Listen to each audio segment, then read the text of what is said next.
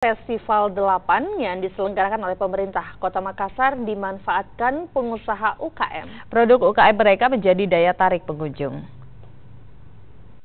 Festival 8 yang tiba di Kota Makassar langsung dibawa berkeliling lorong oleh Camat Ujung Tanah untuk berwisata dan berbelanja berbagai produk UKM warga di Jalan Cakalang 3 Makassar.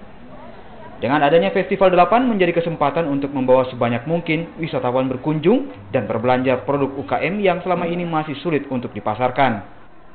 Ini menjadi promosi bahwa produk-produk loron di Kota Makassar, khususnya Kelurahan Totako Ujung Tanah ini sangat layak untuk kita jual. Terbukti dengan pejabat-pejabat, istri pejabat dari Kementerian Lingkungan Hidup dan Kehutanan pun memborong itu. Dalam hitungan menit, berbagai produk makanan hasil olahan warga seperti abon, ikan kering, dan kue-kue tradisional buatan warga laris diborong pembeli yang datang dari berbagai kota di Indonesia untuk dijadikan oleh-oleh khas dari Kota Makassar. Mila Rustam, Kompas TV Makassar. Saudara